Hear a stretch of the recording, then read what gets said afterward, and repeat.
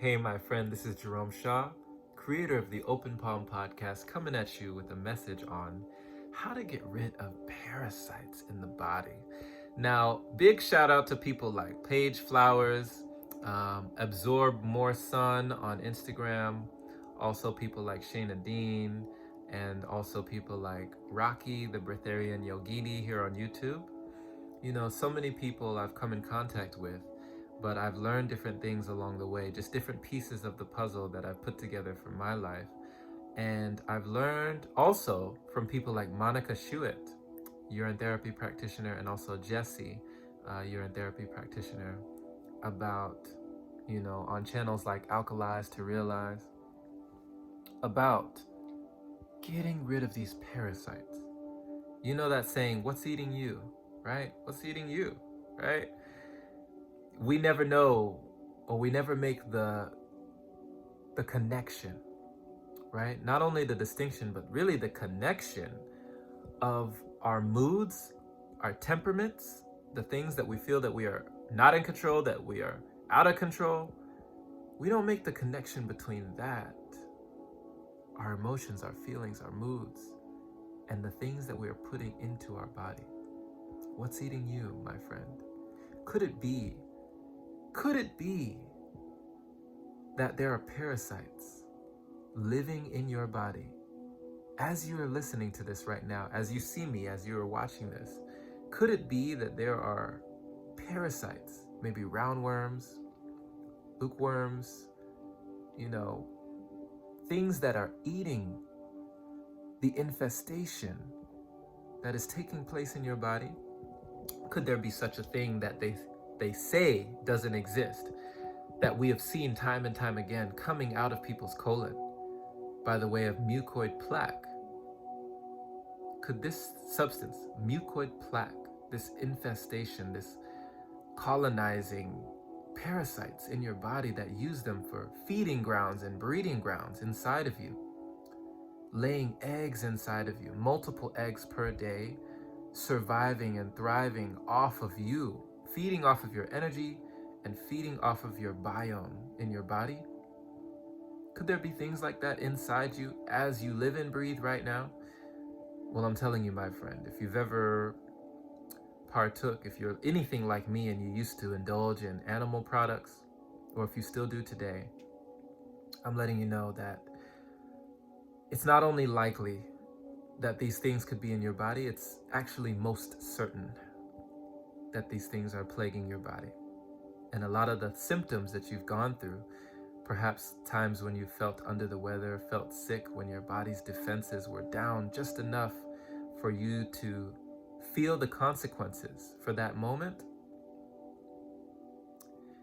it is not just a singular instance. It is actually part of a recurring problem that is ongoing, one that you may not even be aware of, and that doctors do not really have the methods to prescribe. What they have maybe be a band-aid or a quick fix, but it is not a remedy to the overall problem that is continuing to go on in your life due to the negligence or just the lack of knowledge when it comes to the body. Now, please don't get this twisted. I don't presume to be or know all this vast information about my body or the body in general. I'm not a professional when it comes to this, right? I'm not a nutritionist, so take my words as they are, Take them with a grain, but understand that there is more that is unknown than is known. We don't know what we don't know. I didn't know that the things I was putting in my body, right? Drinking milk, animal products. We are the only species, humans, that are known to consume liquids and fluids that come from other species, right? Why would we drink milk? Have you asked yourself these questions? I don't want to go on a tangent here, but have you ever asked yourself, what if that lady over there What if instead of teasing her and getting on her for being lactose intolerant, what if you ask yourself the question, what is lactose intolerance, right? Maybe she's not lactose intolerant. Maybe she's just not a baby cow. Have you ever asked yourself these questions, right? What if no one is lactose intolerant? Or what if everyone by default is lactose intolerant because we're not supposed to be ingesting lactose, right? What if no one is supposed to drink milk from another species? What if that is made for that species alone? So anyways, not to go off here, but to understand that there are ways to get rid of these parasites in the body, but first you got to understand that there are parasites in your body. And I don't want you to fool yourself into thinking that just because you've adapted to this, because the body has a miraculous way of adapting to anything, any circumstance, situation, or lifestyle, just because you feel good doesn't mean that's the best that you can feel. Let me say that again. Just because you feel fine, you feel okay, you feel good, you don't think that there are any problems, doesn't mean that's the best you can feel. A lot of times, we don't see anything as a problem because we haven't been hit with something life-threatening yet. And it doesn't mean that there's anything life-threatening not going on in the background. We all are on a slight edge in life. That's what I've learned. That there are no straight lines. You're never staying constant. You're never staying the same.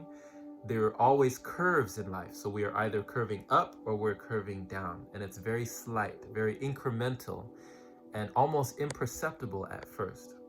But it earns compound interest for the positive or the negative.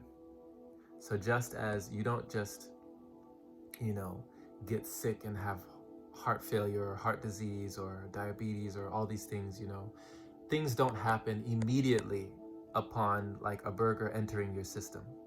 But over time, you have another burger, another burger, another burger, more and more and more. Over the years, these things eventually arise. And it wasn't a singular event, it was over time, many events, many nights, right? Nothing is ever overnight, it was over many nights. So to let you know that there are so many ways of getting rid of these parasites in the bodies. You can do a cleanse. You can do what I've done is a colon cleanse. I've done a liver cleanse. There's also kidney cleanses. There's so many cleanses, right? But there's also something that might be a little esoteric. And I'll talk about it more in depth on another video. But it's something that people like Monica Schuett and people like Jesse have talked about. And also Brother Sage as well. Shout out to Brother Sage. But some people have called this Shivambu, and others have called it urine therapy. And this is something that I practice as well.